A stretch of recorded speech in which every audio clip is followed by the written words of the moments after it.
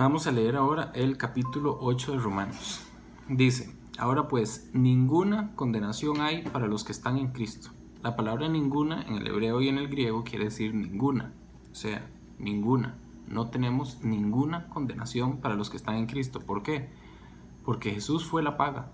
El creer que nosotros tenemos alguna condenación por alguna mala obra es como decir: Jesús no vale tanto como para cubrir mis pecados. Ahora pues, ninguna condenación hay para los que están en Cristo, los que no andan conforme a la carne, sino conforme al Espíritu. Porque la ley del Espíritu de vida en Cristo Jesús me ha librado de la ley del pecado y de la muerte. O sea, de lo que hablamos en el capítulo 8, de que a Pablo decía: es que mi carne me controla.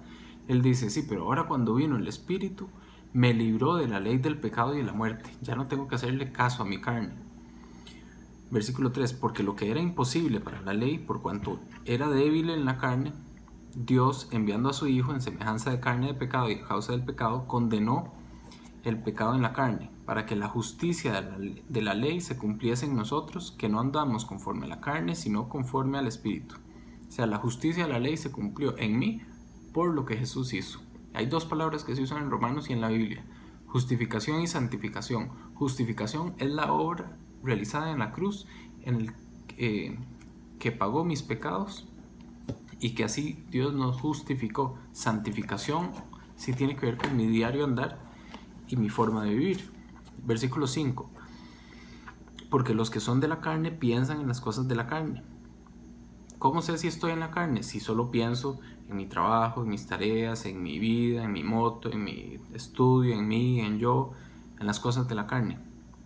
Pero los que son del Espíritu piensan en las cosas del Espíritu. Buscad primeramente el reino de Dios y su justicia, y todas estas cosas os serán añadidas, decía Jesús. Es lo mismo que dice el Salmo 1. Bienaventurado el varón que no anda en consejos de malos, ni esté en camino de pecadores, ni en silla de escarnecedores sea sentado, sino que en la ley de Jehová está su delicia, y en su ley medita de día y de noche. Será como árbol plantado junto a corrientes de agua, que da su fruto a su tiempo y su hoja no cae, y todo lo que hace prosperará. Es lo que también le dijo a Josué: sí, haz todo lo que sea, esfuérzate y sé valiente, y no se aparte de tu boca este libro de la ley. No te apartes ni a izquierda ni a derecha lo que dice este libro de la ley, y lo repite. Entonces, para vivir en el Espíritu tenemos que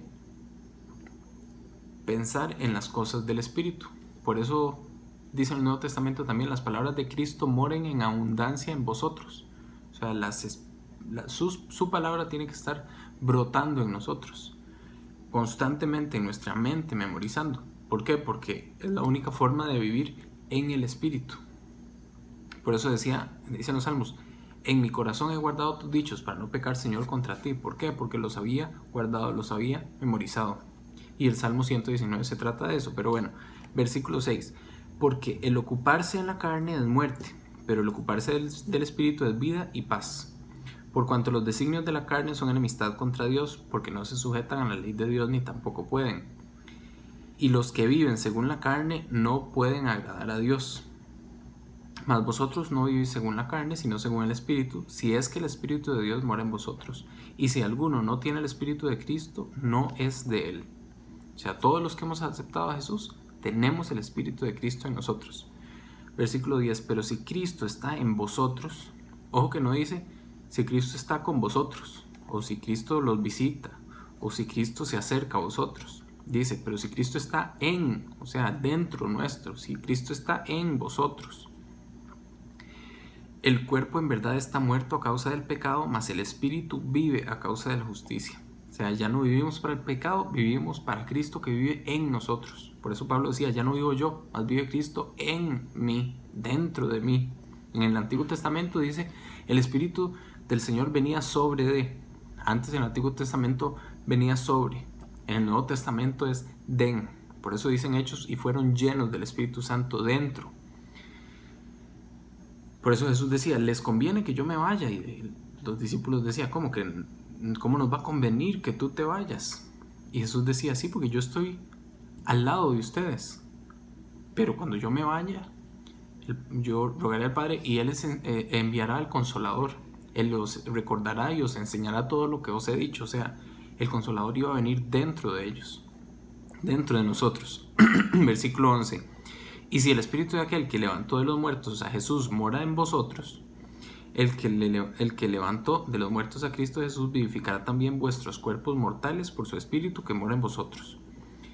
Así que, hermanos, deudores somos, o sea, tenemos una deuda, deudores somos, no a la carne para que vivamos conforme a la carne, porque si vivís conforme a la carne moriréis, mas si por el espíritu hacéis morir las obras de la carne, viviréis.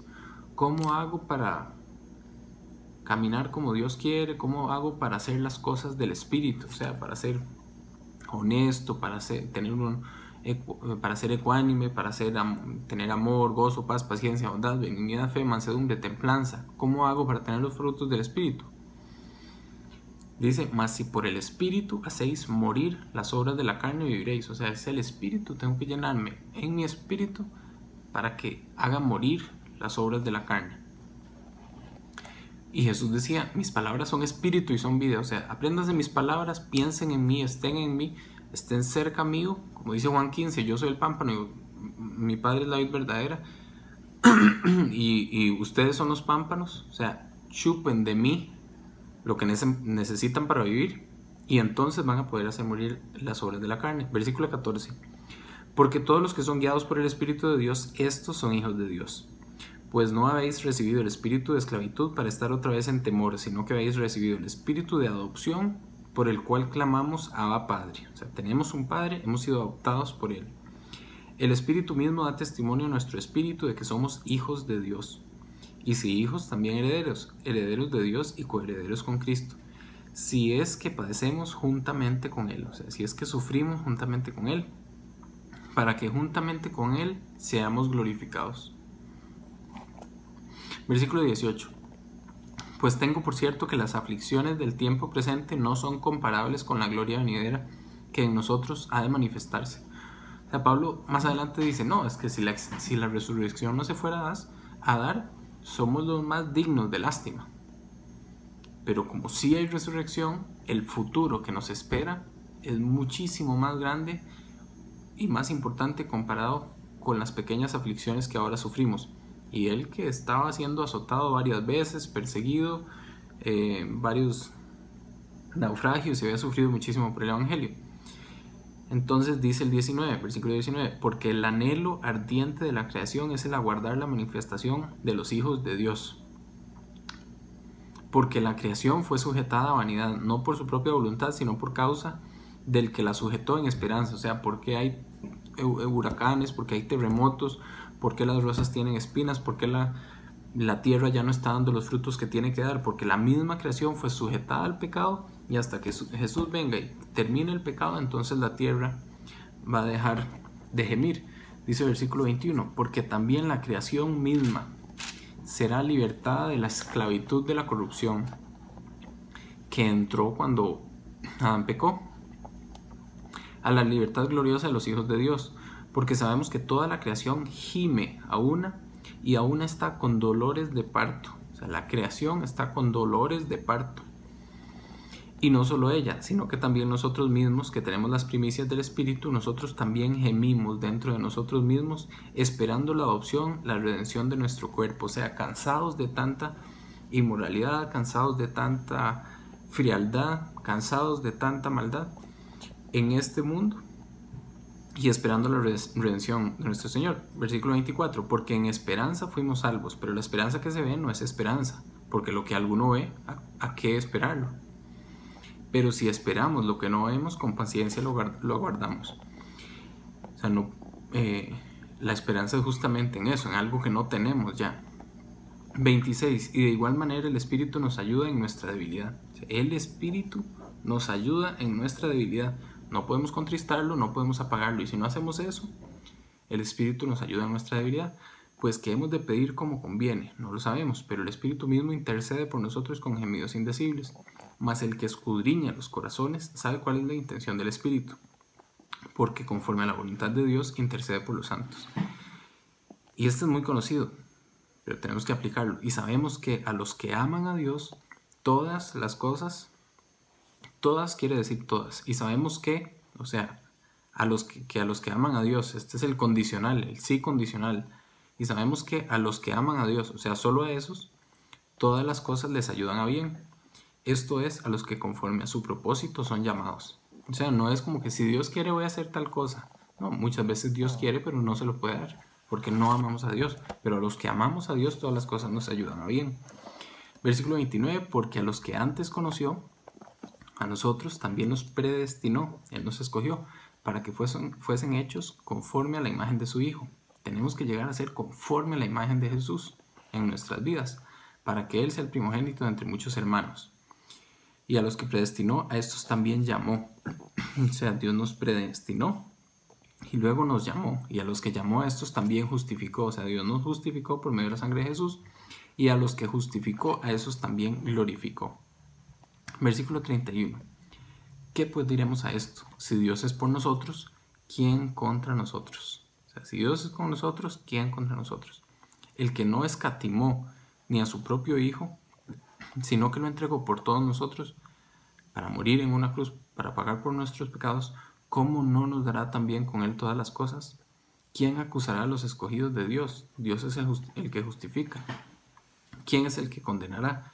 Cristo es el que murió, más aún el que también resucitó, el que además está a la diestra de Dios, el que también intercede por nosotros.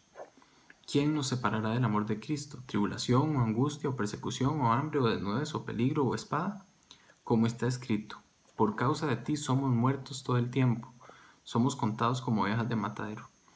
Antes, en todas estas cosas somos más que vencedores, por medio de aquel que nos amó.